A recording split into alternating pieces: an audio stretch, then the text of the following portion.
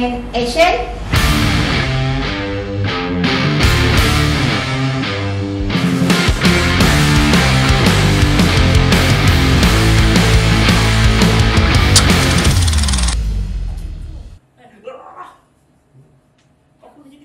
Saya Nur Izana binti Izan, penerbit rancangan dari Finas. Peranan saya dalam penerbitan PSA ini yang bertajuk Awak Okey Tak? Jom Kongsi adalah sebagai penerbit, pengarah dan penyunting video. Jalan cerita tentang PSA ini adalah berkisahkan 5 situasi kehidupan seseorang yang di mana dibelenggu dengan pelbagai masalah sehingga menyebabkan berlakunya tekanan perasaan, kemurungan. Walau bagaimanapun, dengan bantuan talian kasih, mereka dapat bimbingan dan keyakinan diri semula.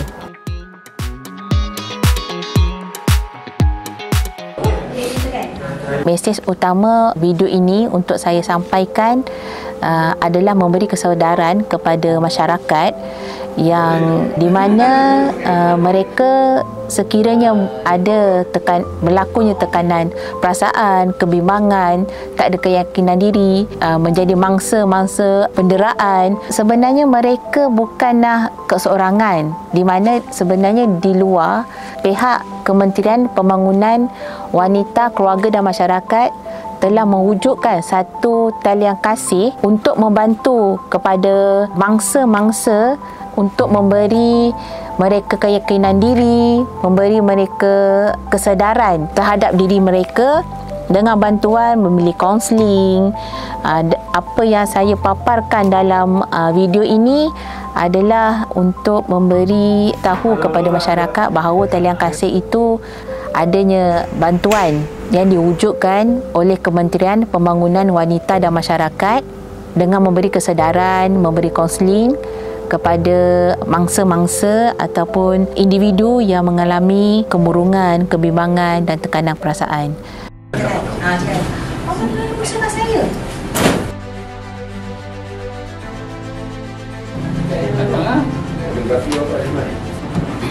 Okey, untuk memastikan penyampaian mesej dalam video ini jelas dan berkesan adalah peranan setiap agensi di bawah Kementerian Pembangunan Wanita, Keluarga dan Masyarakat tu memberi impak kepada mangsa-mangsa. Contoh, sekiranya berlaku penderaan, suami mendera, contoh keganasan rumah tangga ni, apa perlu si isteri ni, mangsa ni lakukan. Contoh, di situ pihak agensi akan memberi satu khidmat perundangan, khidmat nasihat, kaunseling kepada si mangsa. Begitu juga kepada masa-masa rogol. Jadi mereka ke mana mereka nak menghala. Jadi mereka dengan telefon, dengan talian kasih ni, jadi mereka mendapat keyakinan diri semula dengan bantuan, khidmat nasihat dan arah tujuan yang sebenarnya lah.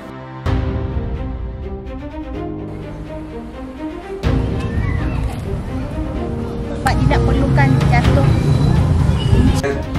keluar rumah lah. Kenapa saya sebut pencemaran bunyi? Sebenarnya pencemaran bunyi di luar jangkaan kita. Seperti kita buat penggambaran di luar. Bunyi yang amat kuat seperti kereta lalu lintas, orang bercakap. So benda-benda ni under control. Kita terpaksa berhenti untuk seketika dan kita retake semula untuk mengelakkan pencemaran bunyi ni. Itu adalah risikonya. Indoor saya shoot di dalam bangunan dengan orang membuat pembinaan. Jadi kita terpaksa stop sekejap, terpaksa berjumpa dengan pihak pengurusan, kontraktor ke untuk berhenti seketika, mengambil masa dalam 15 minit ataupun setengah jam untuk kami selesaikan dulu penggambaran ni. Jadi benda tu antara cabaran-cabarannya lah.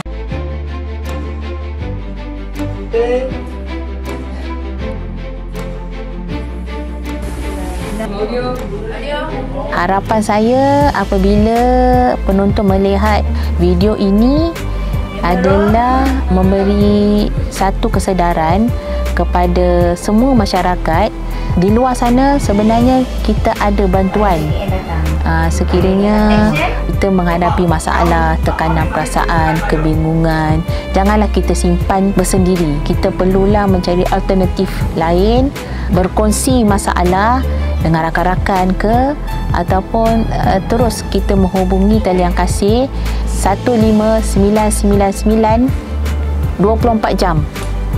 Jadi dengan cara penyelesaian masalah ini dapat membantu sedikit sebanyak kita keluar daripada masalah. Jangan kita menyendiri, jangan kita menyimpan seorang.